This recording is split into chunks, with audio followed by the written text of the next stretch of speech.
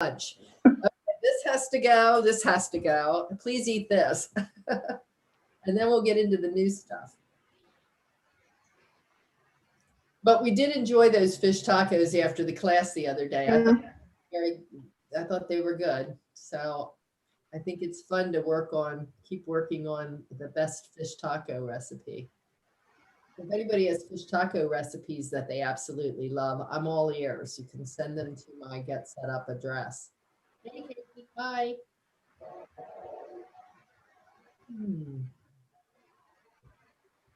Healthy desserts. So has anybody been to class ever before? Come to this healthy dessert class? I feel like some of you have, and I would feel like, did you come with new information because it's the same class? So no, this is new for you all, first time? Okay, good. Yes. Good. Glad to hear that. This is the first time I've been able to participate, but I came to this class, the Healthy Desserts ones, a while back. Okay, all right. Well, thanks for saying that. Now you can participate in it. And I'm thinking that, if I add new content to it, but we don't change the title, which we don't do, then you wouldn't know that it was new content. So I'm working on how I'm going to do that because it's time to also come up with more healthy desserts. So that'll be coming. All right. How are we doing, Victor? Do you think we've got everyone in here pretty much? Let's see. Yeah, so meet Victor. Victor and I were just having a really nice chat. Victor's from India, and so he's going to be watching the chat box. He's going to be answering any kinds of technical questions that you might have, and he's most especially going to be watching for those crazy people that come in and bomb our rooms, which they've been doing more so in the evenings. So we're not quite as plagued by it in the afternoon. I don't know, maybe they sleep in, I'm not sure, but at any rate, that's what Victor's being very vigilant about. So thanks, Victor, for being here. And I'm going to share my screen so we can get started. I really want to thank all of you for coming. I'm always happy to see all your smiling faces. And I hope you'll be smiling even more when I give you some good recipes to try that are healthy for you as well. And is there anyone who's brand new to my classes? I think I see some new names. Anybody new to the classes that I teach? You're just meeting me for the first time? Maybe I'll wait till Carol comes on. No, that's it, Tui. Before this, my name is Taiji. Oh, okay. You had a different name. Gotcha. Yeah, I just changing it. Go back to my real name. I don't know why Taiji. I have no. Taiji. Okay. Well, thanks to you for telling me that. Now I have that connection. All right. And Carol, do we know each other? Into several of your classes. Okay. I'm never sure if it just says Carol. I don't know whether we have a lot of Carols. So thank you for telling me that. You're welcome. All right, so here we are, healthy desserts, and you know me, so I won't go through all of that, but here it is on Tuesday, Wednesday, Memorial Day. It's a cloudy day, but it's getting warmer here. So it's not California, but it's getting that nice time of year.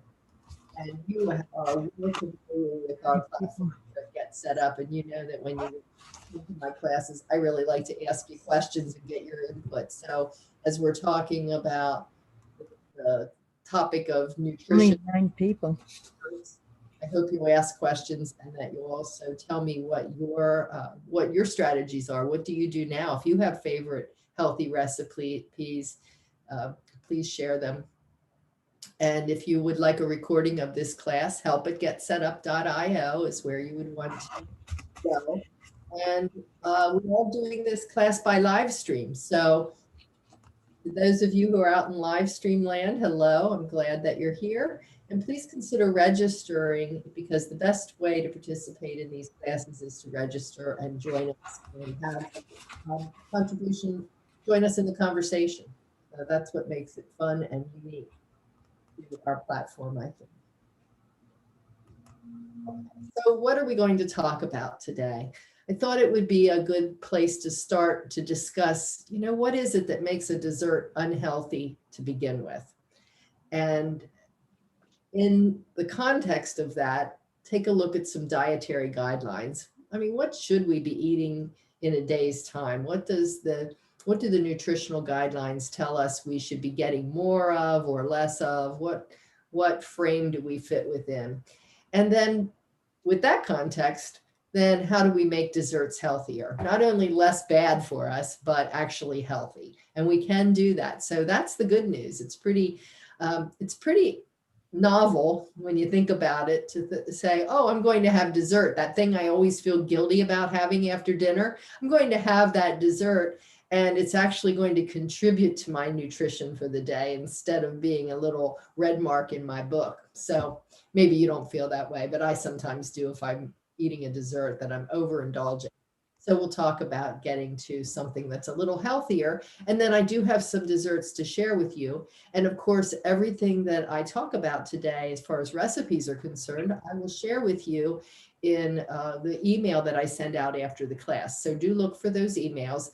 The email today will contain links to all the websites that have these dessert recipes. And the good thing about that is not only do you have those recipes, but those websites are also websites that have links to other healthy desserts. So you'll get some leads for some other things that you might want to try.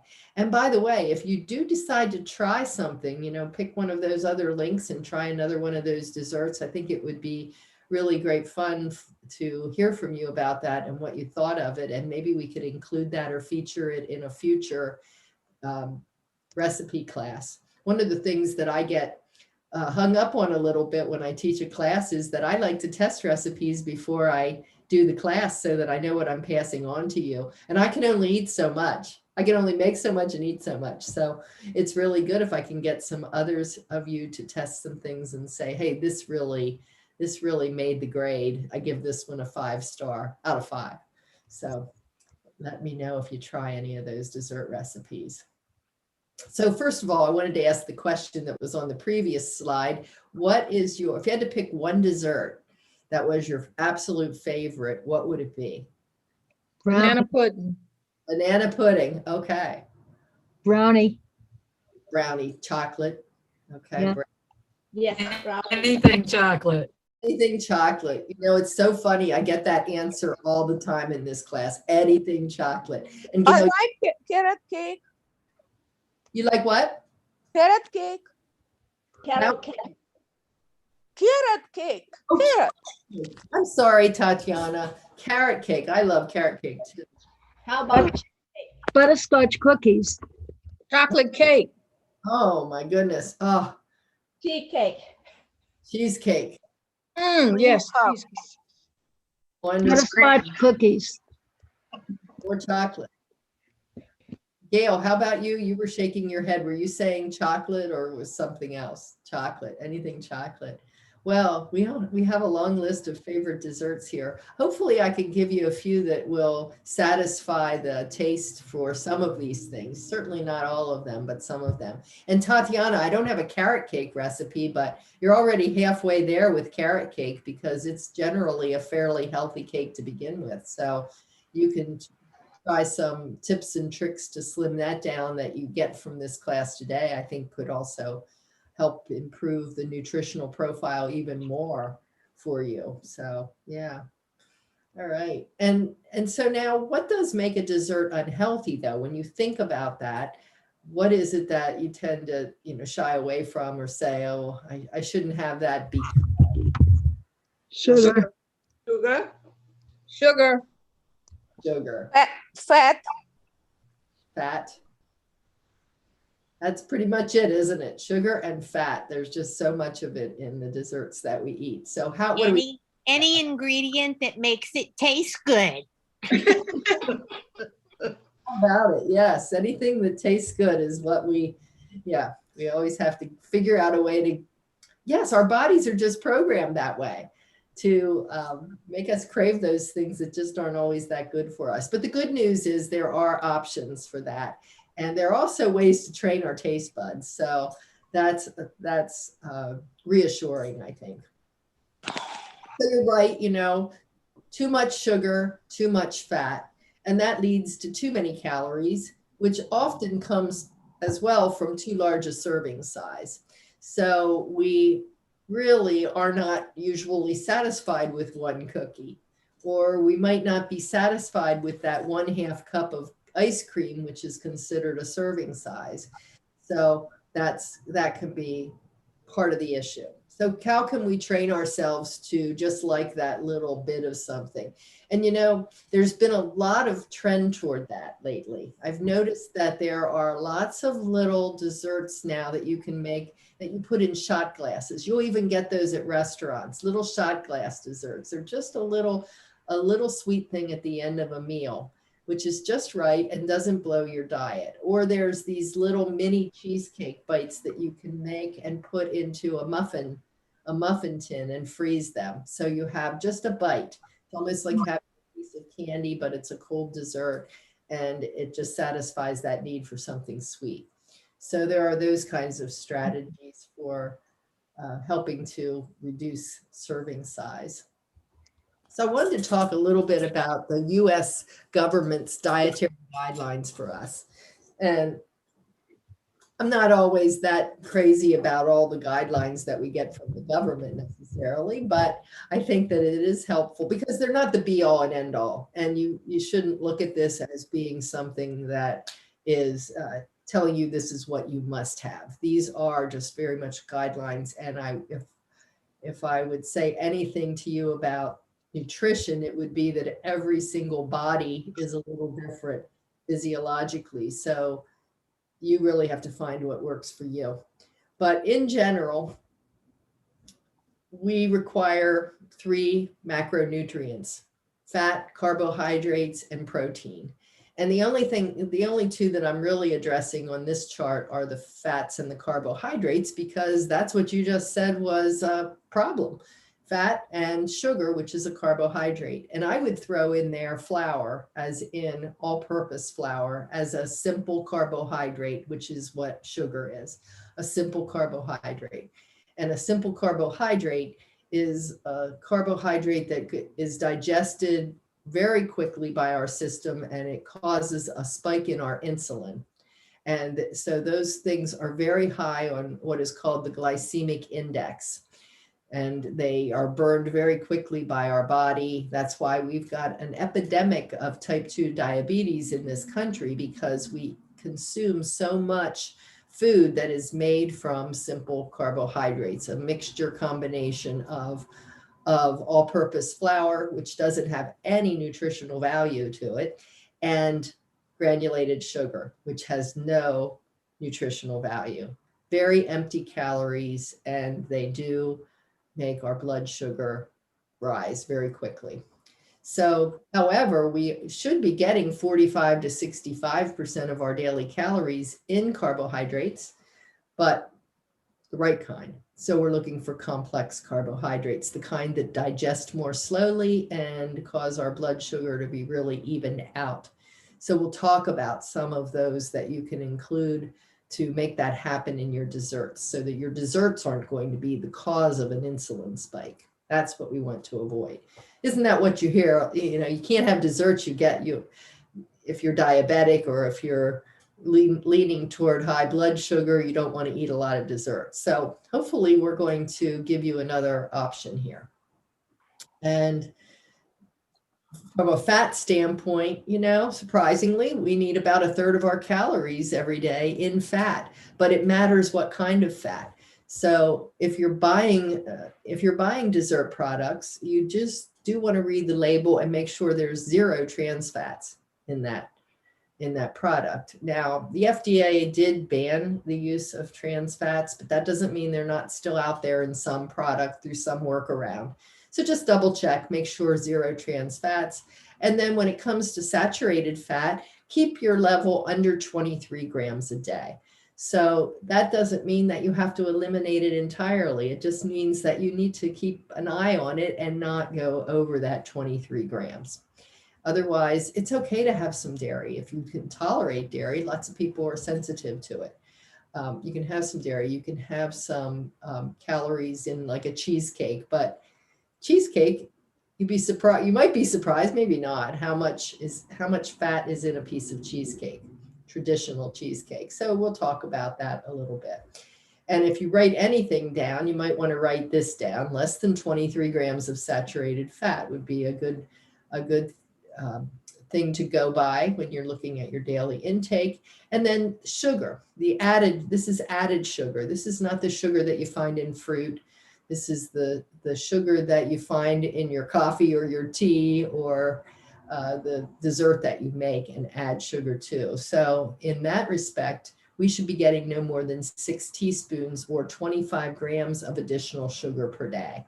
So that can be difficult, especially when you think that, and by the way, that's a little bit more for men here. So I don't want to leave you out, Greg, over here. Greg, no more than 9 teaspoons. So in a bottle of Coke, 20-ounce bottle of Coke, some of you have probably heard this before. How many teaspoons of sugar are there? Do you know? 10. 10, 11? Any other guesses? 25. Well, it's in between those two. It's 35? 16. It's actually 16. So that's a far cry. You know, that's a lot more than this or even this. So even just by eliminating soda from our diet, we can make room for some dessert and really go a long way to helping our health, because sodas have no nutritional value at all. In fact, they're really detractors. So what do we do about these desserts that we love and we want to enjoy? What's our strategy?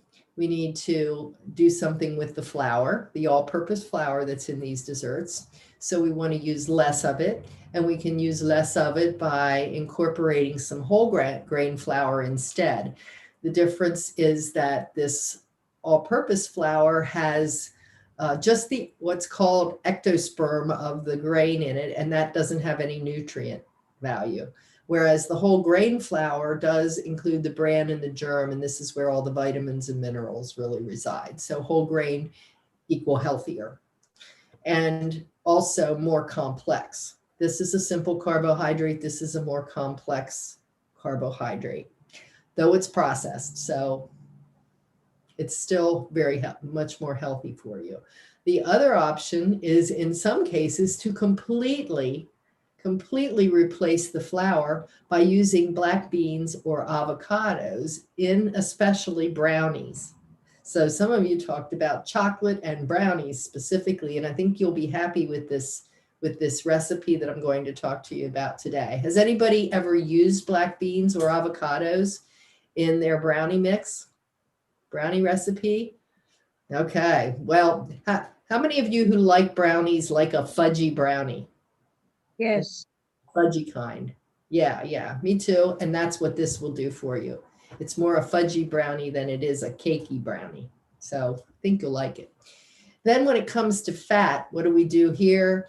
We choose a low fat version instead of the full fat version to reduce that saturated fat. So it's perfectly good to use a Neuchâtel cheese, the 1/3 less fat cream cheese. It tastes the same pretty much in everything that we use it in. And that's better than using a no fat version. So no fat or fat-free is really not necessarily a healthy way to go. But go with the low-fat version of a cream cheese or a milk and stay away from the no fat. And then start replacing the oils that you use or the fats that you use with healthy fats. So you can use some butter if you want, and then use some avocado or olive oil, canola oil, or coconut oil. Coconut and avocado oil both have a little bit of saturated fat in, but they're both really good oils because they also have a lot of omega-3 fatty acids, and those are the kind that we really want. And so using those really boosts the good oils that we need. So hence we're getting more nutrition from our flour. We're getting a lot of nutrition from either our black beans or our avocados, because these also have avocados have a lot of omega-3 fatty acids and a lot of fiber. Half of an avocado has 5 grams of fiber. Here's another thing for you to write down: 25 grams of fiber per day. Sometimes it's hard for us to get that. So by putting black beans, which also are very high in fiber, or avocados in our brownies, we're boosting our fiber intake. See, you almost cannot not have dessert because it's going to make you more healthy if you eat these desserts. So these olive and avocado and coconut oils have those omega-3s, and so does those avocados. And the other way to reduce fat in a recipe is to use applesauce or some form of pureed fruit in place of the fat. It could be pureed prunes, peaches, pumpkin, avocado, mashed banana. Depends on the recipe. Obviously, if you're making a cake or a white looking cake, you might not want to put pureed prunes in that. But a pureed prune might be really good as an oil substitute in a chocolate type of recipe as well. And how many of you have ever made a muffin or a loaf of bread that has applesauce in it instead of oil? Have you ever done that? So most people that I've asked that when they said they make the applesauce muffins have said, can't tell the difference. So this is a good substitute for fat in a recipe such as that. And when it comes to sugar, there's lots of things we can do there. The first thing is to start just using less of it and cultivating a change in your palate, in your taste buds. And you can do it. If you take a 2 to 3 week period, and I know that sounds like forever, and when's a good time to do that? I don't know, maybe it's in the dead of winter. I'm not sure. That's when we eat comfort food, isn't it? It's always hard to pick a good time to do something like this, but just go completely off sweets for a few weeks and then come back and try something sweet and see what your taste buds are telling you. Because in all likelihood, you're going to find that whatever it is going to taste a little too sweet to you. So you really go through a little bit of a sugar detox. You train your taste buds to be adequately satisfied with less sugar. Another option is just to start using 1/3 to 1/2 less sugar in your recipe and let your taste buds get accustomed to that. They will. Just like they do to using less salt. Over time, they will. And almost without an exception in this class, people will say to me, well, what about natural sugars? What about sugars that like honey and agave and palm sugar, coconut sugar? Aren't they better for us? What about maple syrup? And it is very true that each of those has a little bit of a nutritional value that is not inherent in granulated processed sugar. But be aware that it is still processed by our bodies, digested and absorbed by our bodies, just like table sugar. So the same kind of sugar spike can happen. It's still a simple carbohydrate. So if you do have a tendency toward higher sugars, or you're trying to keep that level down a little bit, that's not necessarily the best strategy or the only strategy. But between the two of them, if you had to pick one, go with the natural sugar. And then you might expand to try some other things. And my recommendation is that you experiment with some of these and maybe use a little bit of it and sugar, and then gradually increase and just see where your taste buds are with that and how you feel about using it in the products you make. We all taste things a little bit differently. So I can't tell you that any one of these things is going to taste better to you than any other. I can tell you that from my standpoint, I've been trying things like erythritol and xylitol over time. These are what are called sugar alcohols, and they are natural substances. Now, they are processed to be used like sugar. So you have that, there's a chemical processing there, but the ingredients themselves are natural ingredients. But they are, but they are not recognized by our bodies like this kind of granulated sugar. They are not absorbed, they pass through our system, and they don't really add to our sugar intake. They don't spike our insulin, none of that. So they don't have any of that problem that's associated with sugar. And you will find that they are oftentimes blended with another natural product, which is called stevia. Has anybody ever used stevia in anything that you've made? No? So have you heard of it? Have you heard of stevia? It's very bitter. I don't like it. Don't like it. Yeah, well, that's one of the reasons why they blend it, and they're getting better at it all the time. And it is very, very, very much sweeter than regular sugar, which also lends to that bitterness taste because we're just not, our taste buds aren't really acclimated to that. So what you'll see oftentimes for cooking is a blend of erythritol and stevia, and that is becoming really tasty to the point where it does not taste bitter. So Tatiana, you might give a try to a blend of these that I'll show you in a moment. The other ingredient is also a natural ingredient, and it's monk fruit sweetener, and it is found in the monk fruit. But again, it's not a sugar that is recognized by our bodies as such. And so it does not get digested like this other kind of sugar, and it does not have an effect on our blood sugar. So this is happy news. This is great news for us if we're trying to reduce sugar. And I have gone to almost exclusively these kinds of products in whole or at least in part for everything that I make, including, I don't know if there's sweetening in a salad dressing or, you know, anything that I might make that's not really a dessert but calls for a little bit of sweetener, I'll use this. And so let's take a look at what they look like out in the wild at the grocery store. So one of the first products I ever tried in this regard was Swerve. And Swerve is a combination of erythritol and something called oligosaccharides. So that's a whole other thing, but it's a precursor of a sugar, it's actually a prebiotic fiber, literally. And you find it in beans. I mean, it's a natural product. So they can extract that, combine it with erythritol, and make a sweet product from it. So then I found this better than sugar at my local grocery outlet, and I really like that. And I like it because I could also get it at a lower price. It was $3.99 a bag. Some of these things can be pretty pricey. I think the monk fruit sweetener was $5.99 a bag. This comes in an organic and a regular type, and also granulated versus a confectioner's type. So you have options there, and that's the erythritol and stevia blend. These are relatively small bags. You're not going to walk into the store and buy a 5-pound bag or a 10-pound bag like you do of granulated sugar. So they're a smaller bag.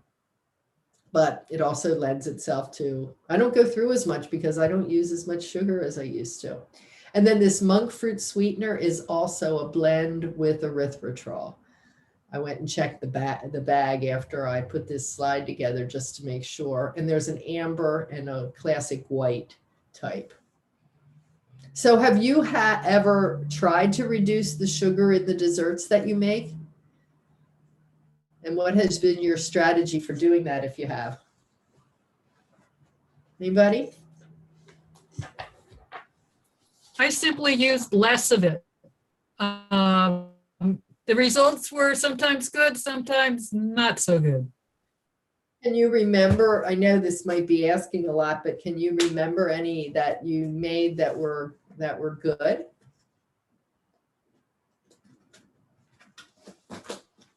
I think actually in a carrot cake. Yeah. Yeah. So some things just tend to be naturally better when they or lend themselves better to that. And on the other hand, what would not taste very good without sugar, that much sugar? I think brownies sometimes wouldn't taste as good. They're not sweet enough. Ice cream, maybe. I'm pulling out a paper here because I'm going to share with you what some of the nutritional profiles are of some of these desserts we're about to take a look at. So let's look at those recipes now and think about how we're going to improve upon them. I'm going to start. Somebody said cheesecake was a favorite. Is that right? Who said cheesecake? Me, Tui. Twee. Okay.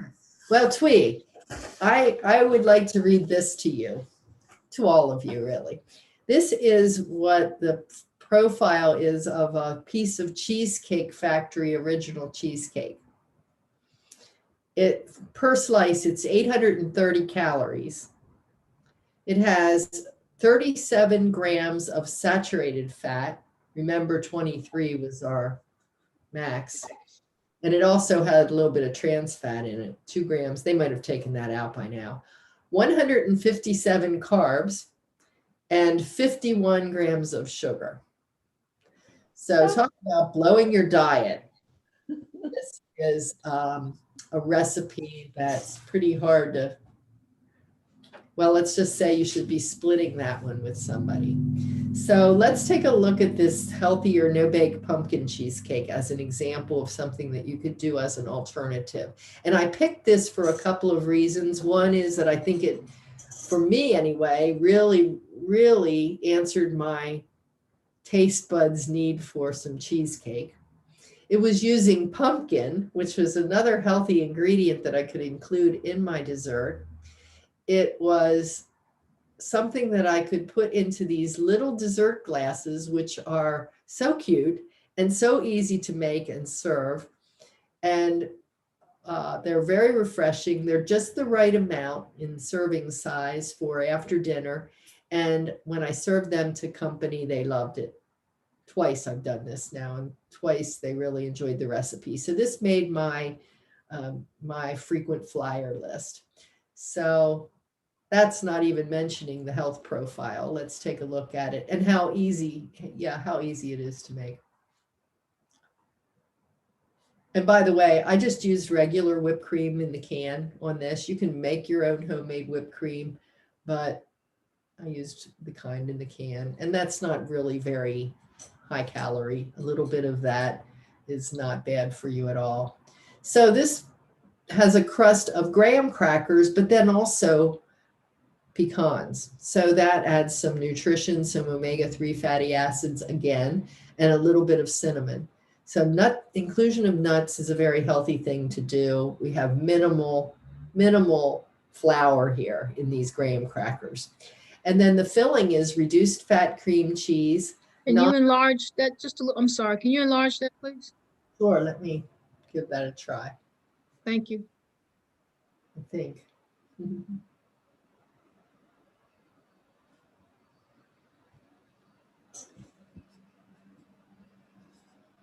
Oh, much better. You see that better? Okay. Yes, thank you.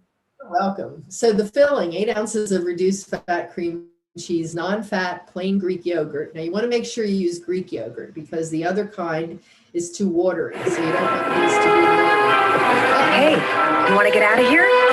We've got you. During Expedia Travel Week, save 20% or more on thousands of hotels. Do you find this happening to you when you're on the internet, that you get these unwelcome videos coming up? So what happened to my recipe? I'm going to mute that just to do that. All right. So don't use regular yogurt, too much fluid in it, too much whey.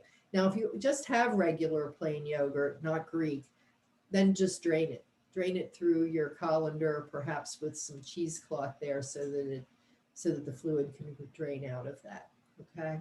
That's really the only difference between regular yogurt and Greek yogurt, is that the Greek yogurt has more whey drained off of it.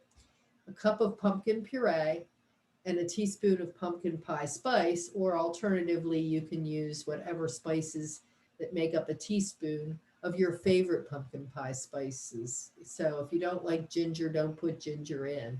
If you like ginger and cinnamon and nutmeg, but you don't like allspice, use what you like.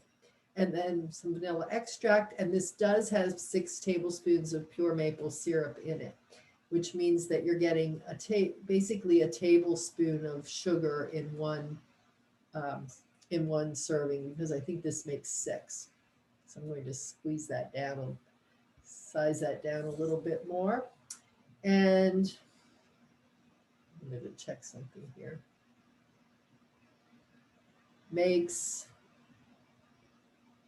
8 servings. It makes 8 servings. So less than a tablespoon of maple syrup in a serving.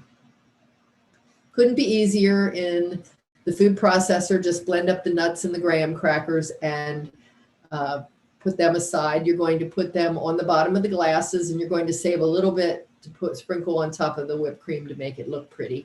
And then in a mixer, just put the rest of the ingredients for the filling in and beat that up until it's really pretty smooth and fluffy, and then put it in the refrigerator so it chills up a little, because the mixer will make that cream cheese a little warmer. You want it to firm up, and then just put your cracker crumbs in the bottom of the glass, put your filling on top, and add the whipped cream at the end right before you're ready to serve it. Sprinkle a few crumbs on top and you're good to go. So compared to our 830 calorie cheesecake, we've got 214 calories. You see that? The grams of saturated fat are down to 2.9 compared to 37. And the sugars are 16.3 compared to 51. So would the Cheesecake Factory cheesecake taste better? Maybe it would. Maybe it would be one of those to die for kinds of desserts, but on a typical day, typical dessert, this is a pretty good alternative.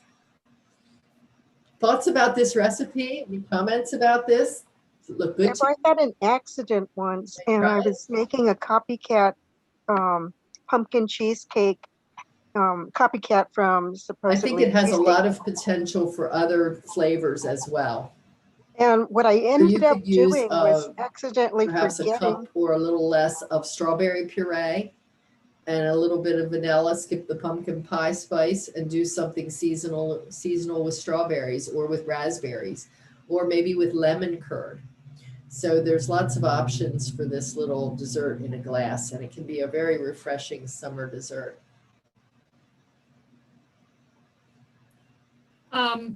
I accidentally, I'm my going to husband skip used to like around to here a make little the bit, so I'm cheesecake. catching some of these recipes that I know you might be best interested in based on what you said.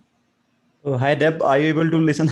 Hi Deb, Avocado are you there? flourless brownies, She's not able to. Yes, guys, and very easy to make.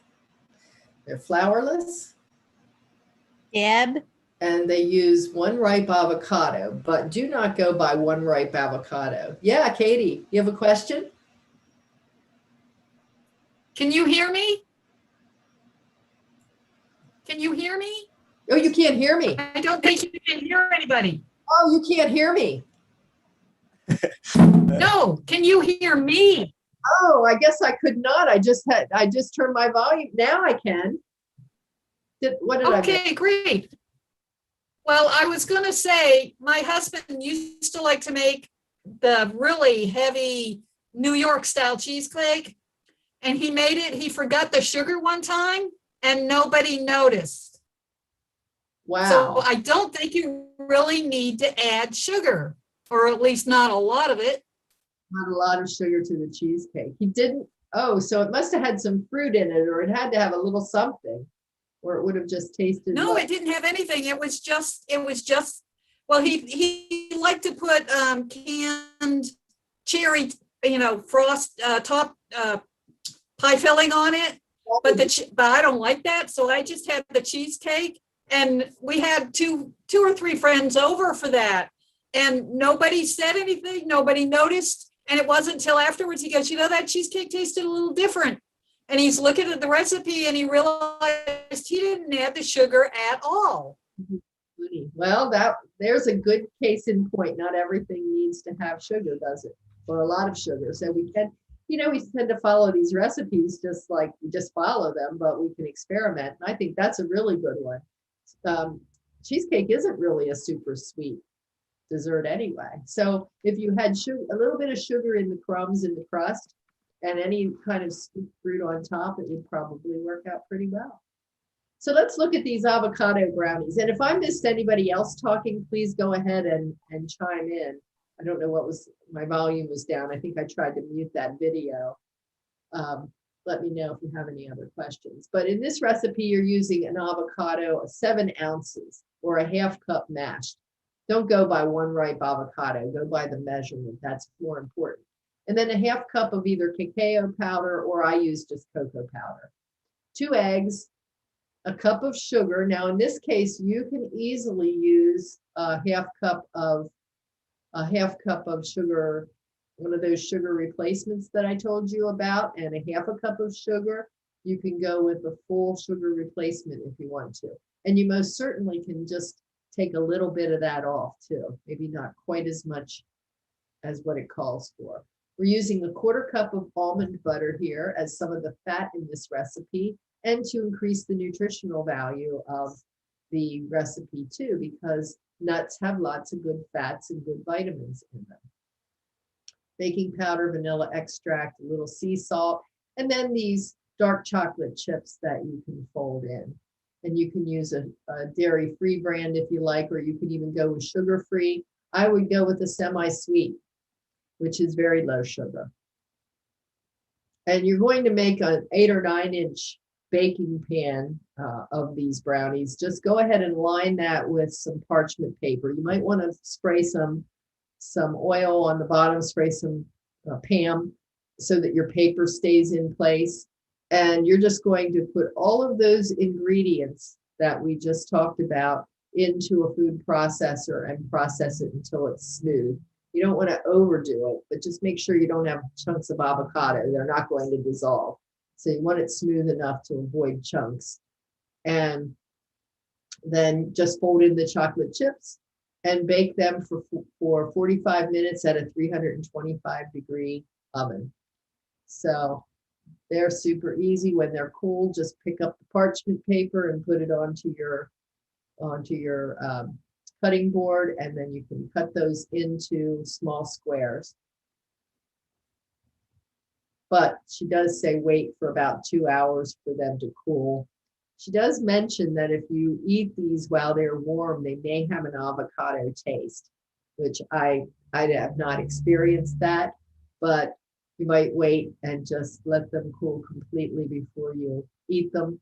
And you can always store them on the counter or in the refrigerator for up to a week. But very fudgy.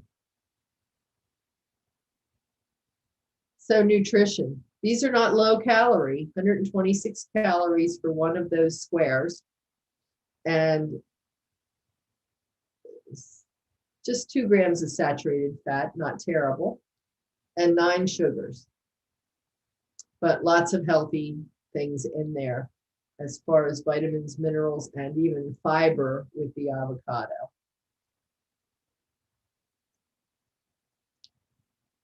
All right, do I have any takers on this? Who's intrigued enough to make these avocado brownies? There were some notes at the bottom, and when you scrolled up, I lost them. Oh, I'm At sorry. the very bottom for substituting. Oh, I'm sorry. And I will send you. There, right there, right there. It just says if you need a nut-free recipe, replace the almond butter with a quarter cup of your favorite flour. And this says use a ½ cup of almond flour instead, but you couldn't do that because that has almonds in it. So you can't leave everything you read. So I don't know why she said that, but you could try oat flour if you want to be nut-free. Of course, you can always replace some of the avocado with butter or oil. And you can use the sugar-free sweetener that we talked about.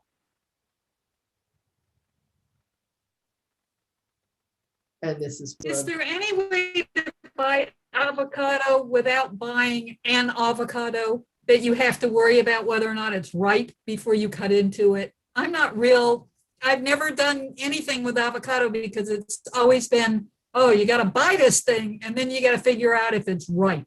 yeah, a little bit of a mystery sometimes, isn't it? Does anybody want, well, first of all, I think that they do sell frozen avocado. So you can get whatever you need, the measurement out of the bag of frozen avocado. And does anybody want to share how they pick the perfect avocado? Go ahead.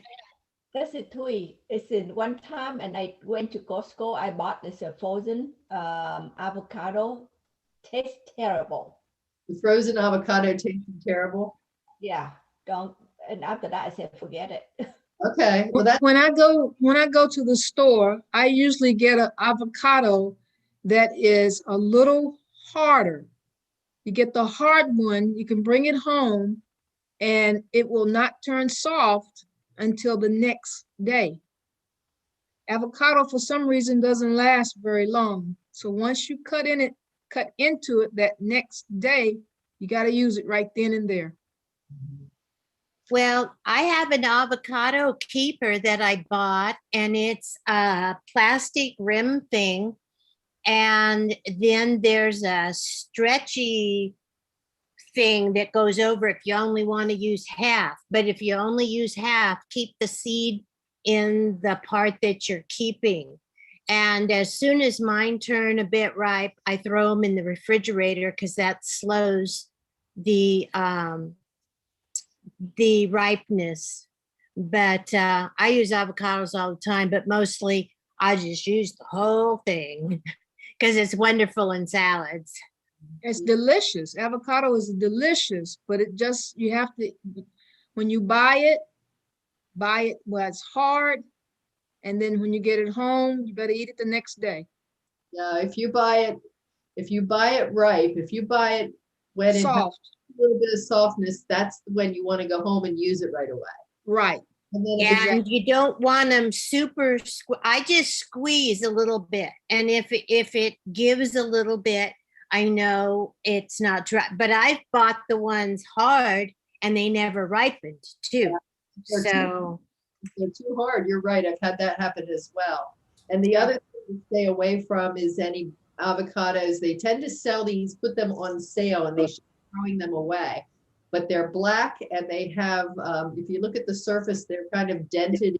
They look like they're really ripe.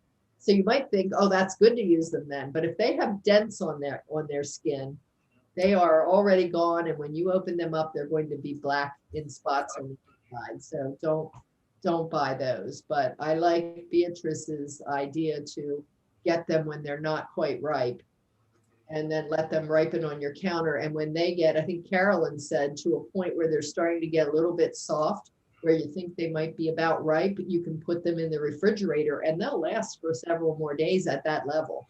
You'll be able to use them. You could also throw them into the freezer just like that. I have done that and then gotten them out and used them right away when they thawed. They were not good when I left them in the refrigerator and tried to use them a day or two later. But if I got them out of the freezer hole and used them as soon as they thawed, that worked out. So How do you buy a ripe mango? I've had trouble with that, so I can eat it. yeah, same thing. But it's a slightly soft, Slightly soft. but you. slightly. Sometimes it seems that they're not ripe and they really are. So yeah, you don't want them to be too soft. Okay, well, we're going to wrap up here right now, even though there are still more recipes, which I am going to send your way. But we have a guest today. Marge from Get Set Up is here to talk with you just for a few minutes. So I'm going to let her take it away. Marge? Thank you, Deb. Thank you so much. Hi, everyone. And it sounds like you had a really lively discussion going. So I hope it's okay that I broke in. We just have a few new things happening at Get Set Up. And instead of sending out emails, we've kind of decided that someone live is going to pop into some of the classes and let you know what's going on. First of all, it looks like you really enjoyed this class. And I'm so glad because Deb has just a wonderful bunch of classes, and I did post some in the chat room just now that didn't come through with links. I haven't quite figured that out yet, but I will. But if you just search healthy cooking on our website, you'll get a whole bunch of Deb's classes, because that's how I got those. But what we're doing is hoping to move more into the social arena also. That does not mean that we won't be teaching all the classes we teach now, because we will. But we are looking to upgrade our social presence so that all of you who are lovers of Get Set Up will have a place that you can meet, maybe host your own groups, or help us figure out what you would like to have hosted. And in just a short minute here, I'm going to post a link where you can fill out a little form if you're interested in hosting. So we're kind of hoping, that you'll stretch your wings and maybe meet some people with like interests. And hosting is not hard. All you have to do is be willing to answer questions or talk a little bit and let everybody else talk. That's what I do with my book club. Basically, they do all the talking and I do most of the listening. And that's fun. And Get Set Up, if you decide you would like to try this, Get Set Up provides the platform and we do all the work. So you don't have to schedule your group. You don't have to keep track of who signed up. We do all of that. All you have to do is be there when the time comes for it to start. And from what I could hear, a lot of you who spoke were very, very well spoken. You do great at this. I know you would. So if you're interested, if you want to stretch your wings, let us know. I'm going to get you that link real quickly here. There we go. And all you do is fill this little thing out. And it'll just ask a couple of questions. There may be 4 or 5. I shouldn't say a couple. Give us the information you're interested in. And, we had a man who was interested in a group about tying your own fly fishing flies. I'm not even sure I said that right. But that's what he was interested in. And I'm fairly certain that if you have an interest, there are plenty of people out there who would have the same interest and would love to just get together with you. It's a lot safer than, let's say, a Facebook or a YouTube group, because we curate all of the people who are part of our audience. So we'll keep you safe. And I hope you'll consider this. I think it could be a lot of fun. So we're adding social. And if you have any questions, now is a good time to ask me. You can also email me at, go ahead.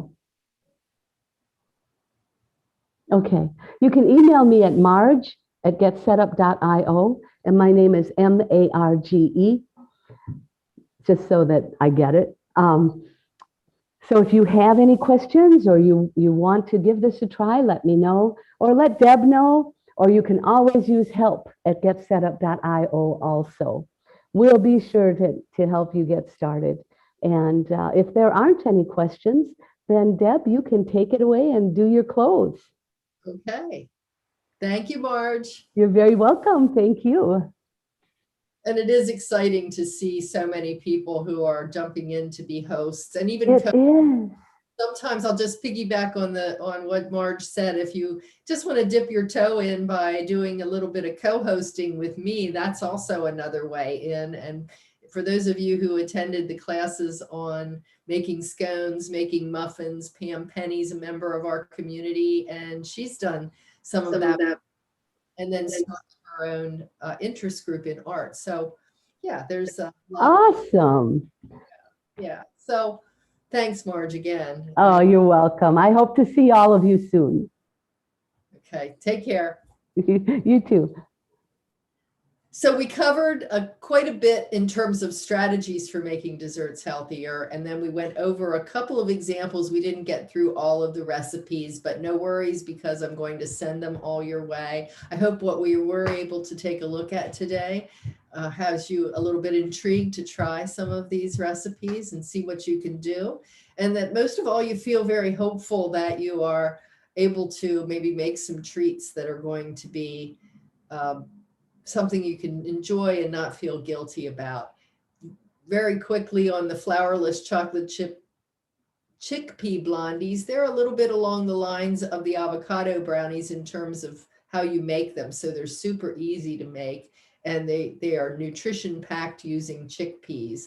This cake is a little more traditional, but it does use yogurt in the cake and a nice use of jam to glaze it in a way that won't use a lot of sugar.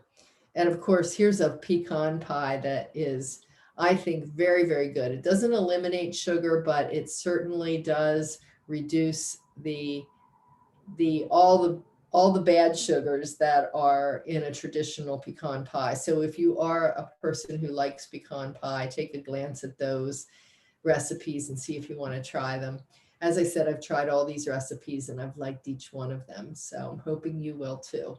My next class is going to be tomorrow with a member of the community. Maybe some of you have met Leslie Lamb. She's going to come in and talk about easy cooking for 1 or 2. She's got a system she's going to share with you. And then tomorrow afternoon, I have an open forum on Let's Talk Cooking. So anything about cooking or food is fair game. Bring the topic. And then I also have some other classes, some relatively new ones on spices and on seasonal ingredients. I'll be doing peas and strawberries, and I've done asparagus. So check those out. And I will send all these recipes in the email as soon as we're off this class. And you'll get the opportunity then to give me some feedback about the session. Sorry about the audio that I couldn't hear you. I did try to turn that video off and I missed. I guess I tapped that mute and didn't tap it back on. And so you can give me some feedback about the session and if this was helpful to you, if it was what you expected. And then also take a look at some of the classes that I'll send your way. And of course, you can always click this button to schedule your next class. And I think you know at this point that if you come into the class and you have a particular guide in mind, you can always click their name and find out what it is that they teach and navigate to the class that way. Or you can say topic and find out everything that's coming up in that particular topic. So lots of ways to get around in our website. Please invite a friend when you do sign up for a class. See if you can get somebody to join you. And let us know if you've got an organization in your community that we can partner with. We'll reach out, we'll do the connecting. Or if you want to host an interest group, as Marge was saying, or even suggest a new class, helpitgetsetup.io. So that brings us to the close. And I just wanted to entertain any other questions. Thank you very much for coming. And say that I'm here for the next few minutes if you want to talk about something or give me any comments. I was going to suggest a class on microwave cooking. Microwave cooking, okay. I will write that down, Carol. Thank you. Now that's something, if there's anybody out there who's an expert in microwave cooking, I have not cultivated that as a skill. I've only ever used my microwave for reheating. So if you've got that skill, let me know, as we could work together on that. Okay. Anybody else? Everybody's crazy about those Instant Pot things. What about a class on using the Instant Pot to cook your stuff healthy? Mm-hmm. Yep, that's on the list. As a matter of fact, Katie, and that's on the rather short list. So look for something in the not too distant future, but it will takes a little bit of time to develop all of that. But yep, I agree. And I do have a few people who are. I don't have an Instant Pot, but I might buy one if I knew what to do with it.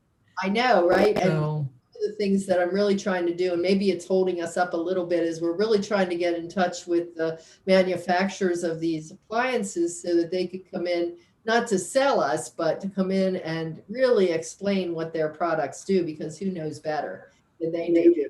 And then getting some classes too with recipes and how do we do this. But for somebody who doesn't own one and would like to know more about just in general, how do they operate, it would be good to have an expert talk about that. And that could be somebody from the manufacturer, but it wouldn't have to be either. It could be someone else. So we'll get to addressing that because it's a good suggestion, Katie. I think a lot of people are wanting to or already do use Instant Pots. Does anyone else here use an Instant Pot? Karen? Okay, well, Karen? Maybe we can talk Yeah. about. I use one, but not for much, because I cook for one, Okay, so it's difficult. okay, so you would say that using an Instant Pot for just one person isn't always time saving or helpful unless you're freezing whatever it is that you make, I guess. Okay. All right, what? Go ahead, Carol. Carol? Okay. Well, I will thank you again for coming today, and I will see you at the next class. Enjoyed having you all and look forward to the next time. Bye-bye. Thank you. Bye. Bye. Have a great evening. Bye, Greg.